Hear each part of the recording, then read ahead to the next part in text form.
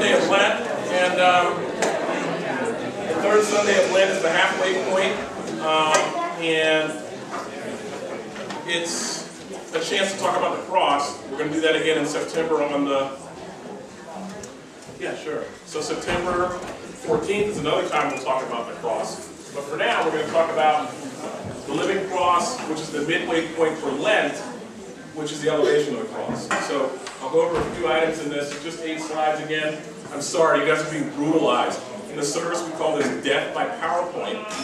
And what that means is all of us are trained to make a PowerPoint presentation about any subject in 10 slides and try to get through it in 30 minutes. I'm sorry, I'm Pavlov's dog about that at this point in my life. If you give me a subject, I will put it in 10 slides and then say, hey, Admiral, this is all I got. So you guys are the Admiral today. We'll take about 30 minutes just to talk about the elevation of the cross and why the church comes together in this midpoint and kind of talks about that. But before we begin, we have a couple quick announcements. You're first. The other day, Father Tom has been emphasizing people to buy the book, The Journey Through the Great Lent. Norma wound up buying it, and she and I do the prayer every day, and she really loves it. And I highly recommend it. I'm still Jewish, still plan to be Jewish. But the Bible was read every day. There's a piece of the Bible that's read every day, which I really appreciate. And we do it together, which I think is really a great effort. And I think it's worthwhile. Okay? Thank you, sir. You're welcome. Thank you. Appreciate it. Thank you. So the book's back there. I think it's $10. It's the book there that's stacked up on the left. One other thing, one little side note before we get hopping here. So yesterday I went to George's baseball game. I'd never seen high school baseball in a long time. So George Kasafis, forget it. This guy is good. He's pretty good out there. So they were playing in Safeco, and George is a first baseman, and he was all over the game. So if you see George, just say hi. Are you going to play for the Mariners next week? But he had it was a great time. I'm glad Anne-Marie and the family invited us up. I know he was walking around handing out tickets and all that a couple weeks ago, but they just had the high school classic there at Safeco. It was amazing to see. It was a lot of fun. So wherever George is hiding, he did very well yesterday. Pretty amazing. So thanks, Anne-Marie. Thanks for the invite. It was fun to be in front of you. Martie's great to being in a baseball I game. was having a moment in there. I kept forgetting it was high school. I was like, I became a Philadelphia, and I was ready to just, whatever. All right. We're not going to talk about Anne-Marie. We talked about that. All right. So today we're going to talk about the life-giving cross, the powerful story. It's a simple truth, and it's our full victory. I guess the first thing I want to talk about is any impressions that you've had of the cross. What are your ideas about the cross? We all wear one. When you wear a cross, or when that happens, when somebody says something about it, or how you feel about it, what do you have to say about the cross? As your experience of wearing it, experience of being Orthodox, or experience of having to talk about the cross as you understand it? Anything at all? Oh yeah, that's the book. It's pretty cool. Yeah? It's empty. The cross is empty. Yes, the cross is empty. As opposed to... Someone's still hanging in. Yeah, the crucifix. Yeah, that's very good. That's huge. Any other ideas that come from the cross? That sort of... Power. Power. Okay, go ahead. What do you mean? Cross is kind of the symbol of the church, and we've conquered under it. We use it to defend ourselves. It's sort of our absolute symbol of power. Okay. Yeah. Okay. Good. Anybody else? Any other ideas about the cross? Go ahead. When people around me begin to ask each other, "What's your sign?" That's pretty good. That's pretty good. Not always, but I have said the cross is my sign. Wow. Now that's awesome. That's funny. I didn't even think of that. That's good. Wasn't it St. Paul who asked to be, was it St. Paul who asked to be hung upside down? Peter asked to be hung upside down because he didn't feel worthy to be hung. Yeah, Peter. That's right. Peter was, that's right. Yes. Yeah. Anybody else have any other thoughts about the cross? You know, I appreciate what you had to say. That was one of my big things too. Just kind of, when I went into a church, I wanted to know, if it was a Christian church, right? I wanted to know what those people thought of Christ. And I knew if there was the body on the cross or not. Because that'll tell me exactly what your emphasis is. That's what I thought, right? So the first idea, I think, is, you know, and I'm just thinking about from the context that I came out of, even in the chaplain corps, the question will be, well, how do you see Christ? And just like you said, you either see him in a way, on the cross, or off. Most churches, he's off the cross. If it's usually Protestant, you're not going to see him on there. Protestants don't tend to do crucifixes, conceptually. He is risen. Whereas in other churches, he'll still be up there. So you know what's amazing? What do we know about an Orthodoxy? Of course, he's definitely on the cross, and then he's not. If you will, I mean, it's kind of crazy. It's both. He's on the cross for most of the year. But there's a time where we take him down, we bury him, we give him a funeral, we do everything, and then he's not on the cross. So it's both. But a lot of folks are actually formed with the image of a crucifix or the image of an empty cross. That's part of our formation in a lot of ways.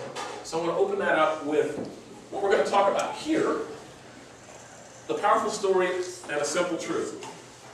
So, I'll let you guys read that. Today is lifted up from the hidden places of the earth, the tree of life on which Christ was nailed, confirming our faith in the resurrection. And exalted on high by priestly hands, it proclaims his ascension into heaven. Whereby, our nature lifted from its fallen state on earth is made a citizen of heaven.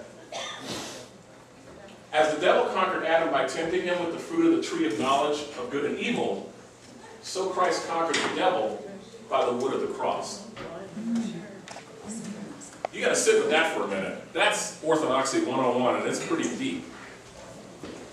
It's not just a piece, we talked about that earlier. An icon is not a piece of wood, and neither is that cross. Neither is that cross. Our nature lifted up from its fallen state on earth is made a citizen of heaven.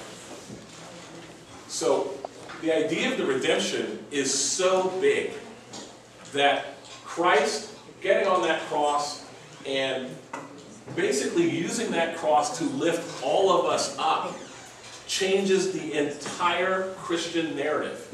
It changes the narrative of the human being. I want to read the last part again. As the devil conquered Adam by tempting him with the fruit of the tree of the knowledge of good and evil, so Christ conquered the devil by the wood of the cross. And that image, that cross, is the symbol that we wear. And it's a powerful symbol because it's a reversal. We'll get to that in a minute. That's the O cross, sign radiant with life among the stars, you have prophesied a trophy of victory to the godly king, and when his mother Helen found you, she displayed you to the world. So, two things I want to bring up just real quick. The first is going back to the theology that really encapsulates what elevating the cross is about. In the Matins for today, you'll find that they'll talk about the cross of Christ extinguishing the flame of the sword that kept us all out of the Garden of Eden. So remember how the story went at Lent, right? On Clean Monday, for Lent, on Clean Monday, and Lent's always a great time in the church, because Lent is the time of the year where the Old Testament is read a lot. A lot of people talk about Orthodox, there's not a lot of Old Testament readings in here. There's plenty. They're in Lent. They're in Lent, because Lent connects us to the story of the Bible and the story of redemption and salvation. So Lent is where all the Old Testament readings are. They're there. And one of them is about the wood of the cross extinguishing the flaming sword of the angel who was put on guard when Adam and Eve and the gang were all thrown out. So to get where we're coming from about the cross, is Christ's redemption and work is what allows us to go back to a state that we had. The cross elevates the fallen state that we once had. It elevates us back. So it is Christ's redemption. That the wood will extinguish the flaming sword of the angel, the cherubim, at the gates of the garden. So that's a big, big deal. That's the central theology of the elevation of the cross. The second idea I want to talk about is when it talks about the victory to God King, when his mother Helen found you, she displayed you to the world. So anybody know the story about the cross? Where it was found? We know Helen found it, but anybody know the story? Anyone? Bueller? I'm kidding. Go ahead. She was in Jerusalem, and she found this sprig of basil growing, and she was looking for the cross. And since basil means king in Greek, maybe, she decided that that's where it might be, and that's what I found it. Yes. Go ahead. When they found it, they started putting some fire so that the people that they find the cross. To let them know. Let them know. Yes, that's true. Wow. Yes, yes. One other thing I know also, they put dirt, a lot of dirt in that place to cover or to, kind of not to show the... To hide it. To hide it. Yes. Wow. You know what? This is like the agape service, like right now. Didn't they build a Roman temple to Jupiter or Juno over this hospital? Over top of it? Yeah. Yes. Yes. That's four. Who else? This is awesome. Do you know what? Right now, Orthodoxy really is whisper down the lane. It really is. The stories that we tell every year are whisper down the lane. What I mean by that is someone told someone, someone told someone, someone told someone for hundreds of years. Every piece of the story you just told is exactly part of the story. Did they put a dead body on the cross to see if it was truly the cross, to see if it would resurrect it? People did try that. Some people still do that now. If you have a relic, they'll try to do different things. But yes, that's also true. People try. What else? Anything else? That's amazing. But yes, so... St. Helen was Constantine's mother. Mom, yep. So she looked for the cross and she found it. She did try to hide it because everybody else was too, and they kind of knew because they let everybody know because she was looking for it and was looking for the king, and she was Constantine's mom. Like it's amazing. So all that came together to show us the power of the cross. And to this day, everyone wants a piece of the cross, and apparently there are relics all over the place. That cross has been, taken apart, or it's come apart, let's put it that way. And the relics of it are all over the world. And many people try to get to those relics so that they can have a healing or a miracle or whatever else. Holy Resurrection in Tacoma has a piece of it. Holy Resurrection has a piece of the Holy Cross. Makes perfect sense. That's probably right at the altar. So, that Holy Cross that Helen found, it was a pretty monumental event. It will have a church be built. And it represents the power that we hold about that cross. This is my second idea. The cross is a symbol of what if you're a Roman? Symbol of torture. So one of the other big things that's really powerful about human nature and humankind is a symbol used to kill and torture any enemy of the Roman Empire is completely reversed and becomes a symbol of eternal life and the raising of human nature. So much so that we wear them. So much so that we wear them. A cross. So in some ways, there's no greater power than seeing a symbol of torture reversed and turned into a symbol of life. Reversed. Completely reversed. And it's not because we say so, it's because Christ did it. He did it. So, The opportunity as we reach the halfway point, away from the intensity, Holy Week observance, this feast gives the church an opportunity to relish the full glory of the cross as a source of light, hope, victory for Christ's people. We're walking right toward Pascha and the resurrection, and there's an opportunity at this halfway point to really kind of drill down. I mean, I had one of these Band-Aids today too, and it's kind of funny, right? I'm sitting there going, oh, I read that blog post.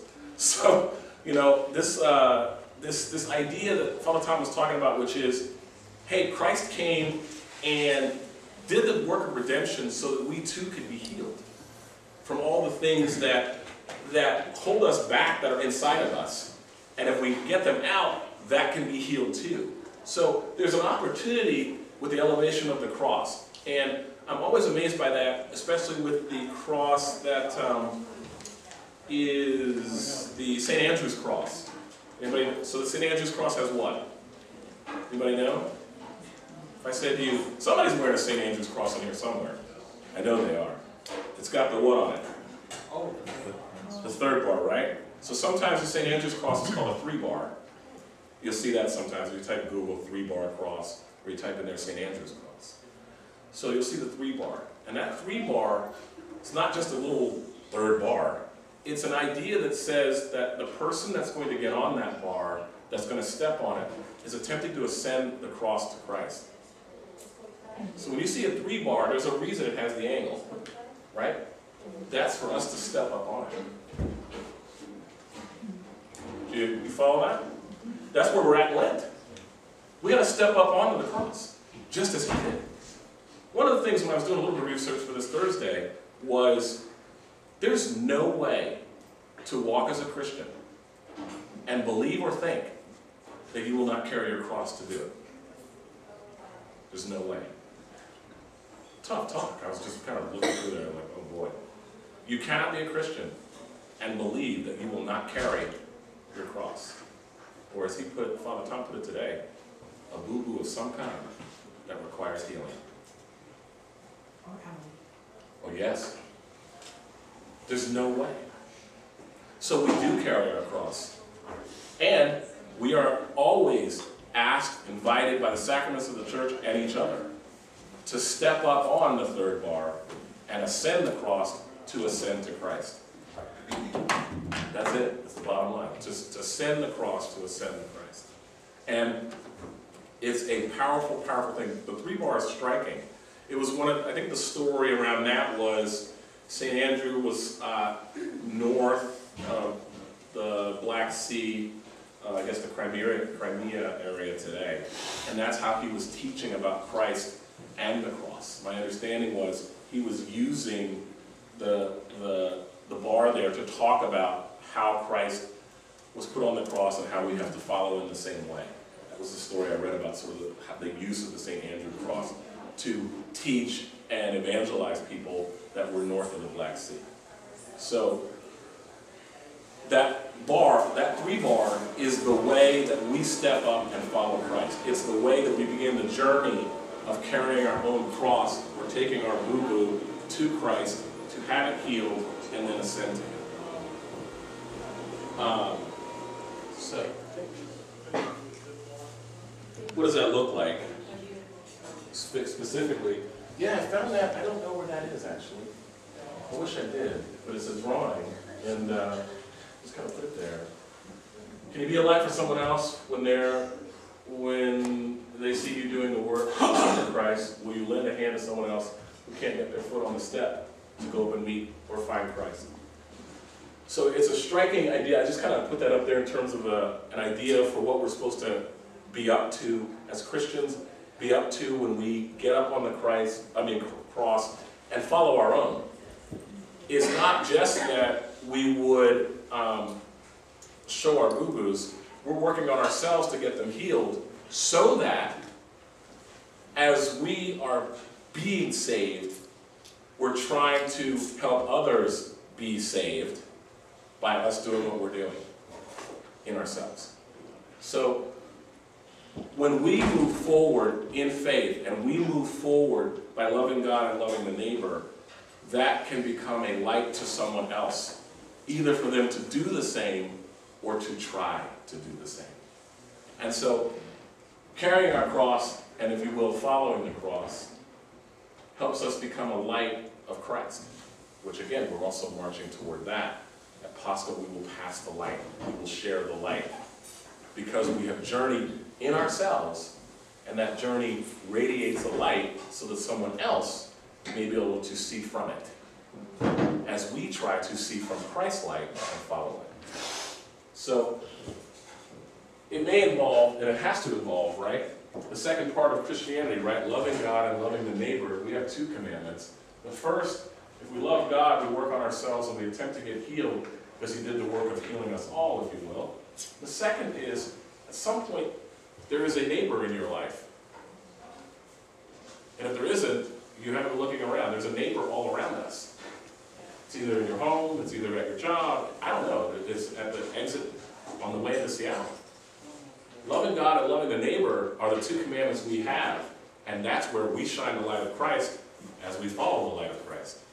So, we have to find ways to take that light, to lend a hand to someone else who can, or who's having a tough time, or whose boo-boo's so big that they won't try to step on the third bar and walk up the cross.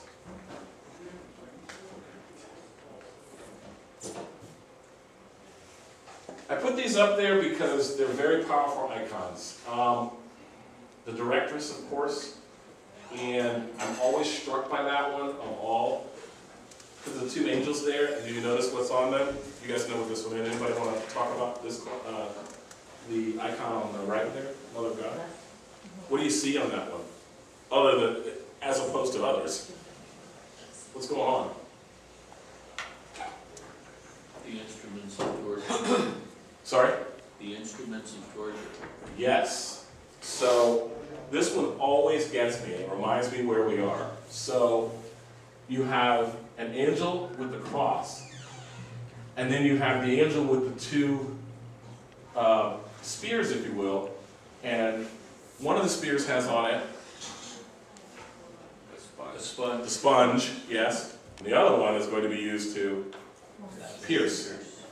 So, again, there's no mistaking, the Orthodox Church is unbelievable. If all you had was this icon, you and I can tell the story of resurrection. And this is all you would need to do it. A picture does say 1,000 words. This angel's holding the two spears, one with a sponge and one that will pierce the side. This angel's holding a cross. And in case we didn't know who it's for, there's the circle around it. And there is the baby Jesus, and what's he looking at? The cross. Well, yes, he's looking right at the cross. And the Mother of God, who's she looking at? Us.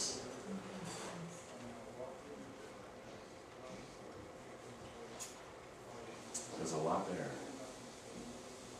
There's a lot there.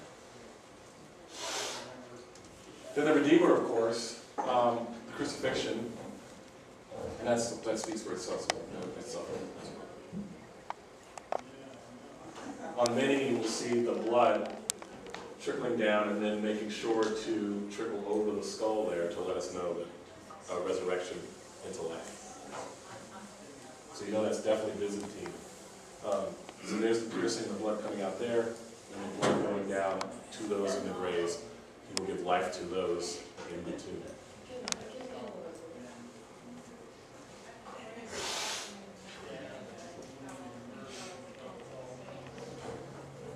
Simply put, it's the victory. The cross, a symbol of torture no more. A symbol of victory that says we can change just as the meaning of the cross. Probably the largest message, I think, is right there.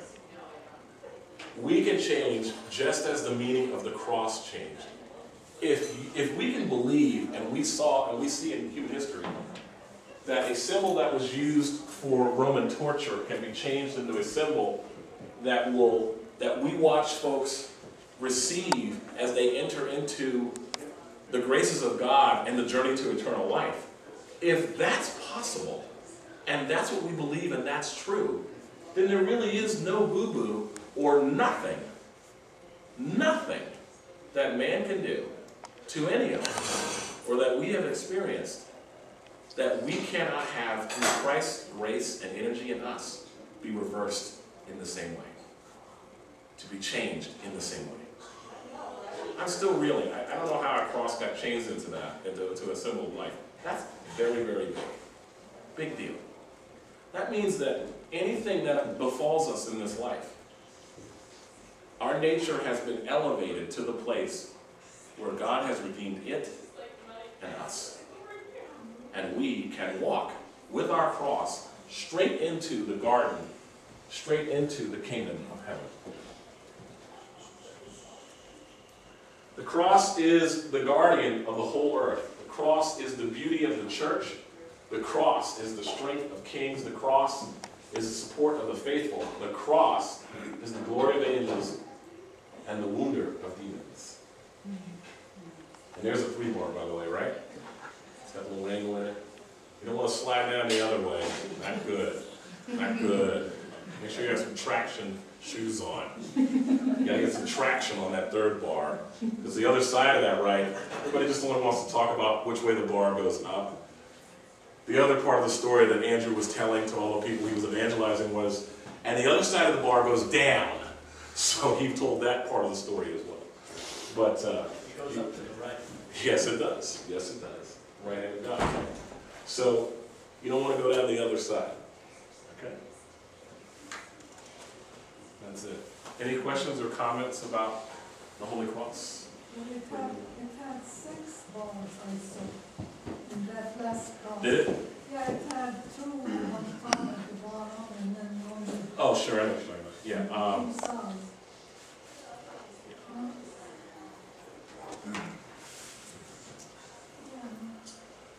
So, what's the one at the top? That's going to say, what's that? What does that say on it? Right, right. So the top one is a label. That's the label. That's who's up there. And then what you see on the right and left there, when usually when folks were crucified, the nails were put in the palm, but they were already wrapped. You were already you were put on the cross, and bands or rope or whatever else was here, and usually here, here, and here. Then you got nailed. I thought they went in the wrist. They did. They did. But what I'm trying to say is, so, right, why would I know this? When you were crucifying someone and you actually tried to kill them, when you put them on the cross, the bar, the crossbar, you first affixed them to it. You put them on it. So you strapped the person here and here, straps, not nails, straps. You strap the person to the bar first. Because often the nails that you had available to you, they may not be able to hold what will actually be the forward weight. So you were always strapped first. You were strapped. So what I'm trying to say is, usually, in this case, the building behind it, it told me it was straps. By the way, that's the little things there. They look like straps, but they're not. It's part of the building. So, but if you were looking at this accurately, in my mind, you would have a strap around Christ, a strap around his, let's say his biceps, then the person would nail in the things in his hand, his palms. So you were strapped to it first, and then, and often they didn't do your feet until later. They could do it, I mean, we watch a lot of movies, so they do it all at the same time, but often they didn't. So yeah. Let you suffer a little bit, and then come back and let you suffer some more. So, any other questions about the Holy Cross today? Questions or comments, please? This is a pretty quick one. Anything else? Anyone? Bueller? Hey, Jason. Interesting how sin started with a tree with wood, and also was, Yeah, it was the full circle. both of the trees. Interesting. Yeah. Yeah. Well, here's the whole mirror of the New Testament, fulfilling the Old. Right. Yes. So type archetype. That's right. That's exactly right. That's the Orthodox Church is full of what's called typology, but the type and the archetype. The type, the wood and the tree, and then we naturally would say, okay, right, the New Testament tells us we're going right back around to the wood and the tree. Type, archetype. It's interesting, the first slide you showed about the cross, and it says it's the tree of life. And I think, I want your opinion about that, and probably no more. They say there was actually 2 trees in the middle of the garden. Yes! And we chose the tree of knowledge over the tree of life. Wow. Yes. So it's bringing us back to the choice, and Christ, he chose that tree. Correct. From that icon you showed him as a child looking at it. Correct. So from, he was born for that choice. Yes. Wow. Right. In Revelation, yes, yes, and yes, and yes. There were 2 trees. In the garden, we had 1 commandment. What was the 1 commandment in the garden? Don't eat this tree. We had 1. We only had 1 commandment. Man, just 1. Adam and Eve. So they just had 1 thing, man, just 1. But we're human. We get it, right? Angie, don't do that. Great. So right, we're human. They had 1 commandment in the garden. And so, yes, there were 2 trees, and you catch that in Revelation. The last 2 chapters, you'll find that there's a tree of life. And the tree of life was present there too. That was sort of that connection, that grace, that's the basis of the whole, that's, if you will, that's the thing we lost. It cut us off from that. We got thrown out of the garden so we wouldn't profane and mess up the tree of life. So we had to come, that's so, go ahead. And wasn't it also so that we wouldn't eat of the tree of life Life. and live forever and ever In that bad state, yes. So yeah, it was a protection for us to be put out. Because the tree of life, if we had eaten of it, that would be our fate forever. And there are people that have that fate forever. We're getting deep in here now. This is good. But some of the angels can't turn. They're immortal now. Angels and demons, many of them cannot turn. They cannot come back. It's serious business. If we had been left around to do whatever we want to do, then we would have eaten the tree of life too. And then it would have been really over. Instead, we got, okay, you guys, you blew it. Shoo. Shoo. So we got thrown out, and an angel went, and you're not coming back. Relax. So we got thrown out. Christ will come, redeem us. That wood will extinguish the flame of that fire, and we, as spiritual creatures, can go back in and partake of the tree of life. Even that imagery is interesting. How can wood extinguish fire? Right, how does wood extinguish fire, right? The divine. So, it's a powerful idea. Everybody with me so far? It's just, we went deep. There was a tree of life as well.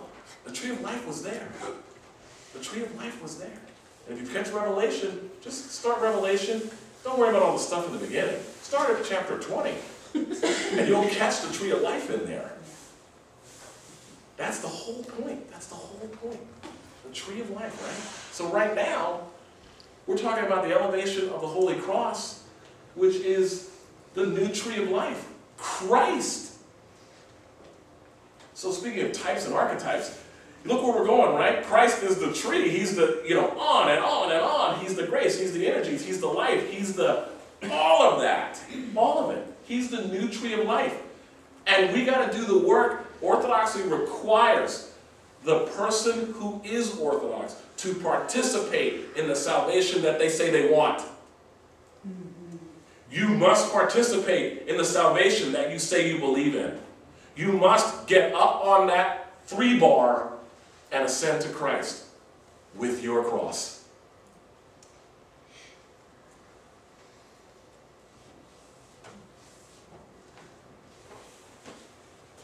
Tough. This is the faith. This is it. This is it. This is it. We're here. You've got to ascend the cross. You've got to get up on there. So that's the work out your own salvation. Fear and trembling. Work out your own salvation with fear and trembling. You got to get up on that bar and ascend the cross as you ascend to Christ. Wow, you guys are good. Thank you. Thank you very much. Thank you very much. That's it today.